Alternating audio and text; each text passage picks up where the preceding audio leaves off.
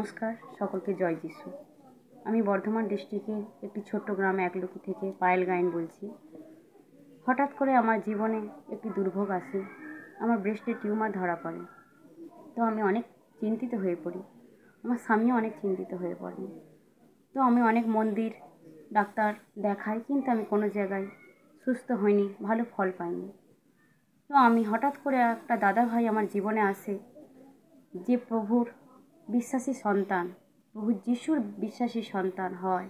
সে আমাকে অনুপ্রাণিত করে আর বলে যে প্রভুর প্রার্থনা করো, গুরু যিশুর প্রার্থনা করো, আর সেই প্রার্থনার সহিত তুমি ব্যাঙ্গালোর যাও। আমার বিশ্বাস তোমার জীবনে সেই মহিমাকে দেখাবে আমাদের প্রভু যিশু। তাই তুমি ঘুরে এসে সেই সাক্ষ্য হিসেবে তুমি দাঁড়াবে, সকলের মাধ্যমে তুলে ধরবে সেই সাক্ষ্যকে, প্রভুর সেই মহিমাকে প্রকট করবে। তো আমি সত্যিই ব্যাঙ্গালোর যাই, আর আমার সমস্ত রিপোর্ট আমি নর্মাল পাই। তো আমিও অসংখ্য ধন্যবাদ জানাই আমার পিতা পরমেশ্বরকে, আমার প্রভু গুরু যিশুকে অসংখ্য ধন্যবাদ জানাই। তো আমি সমস্ত ভাই বোনকে বলবো যে একটি বার আমার ঈশ্বরকে, সেই প্রভু যিশুকে বিশ্বাস করে দেখো, তোমরা তোমাদের জীবনেও প্রভু অনেক মহিমা করবে, প্রচুর সাক্ষ্য করবে।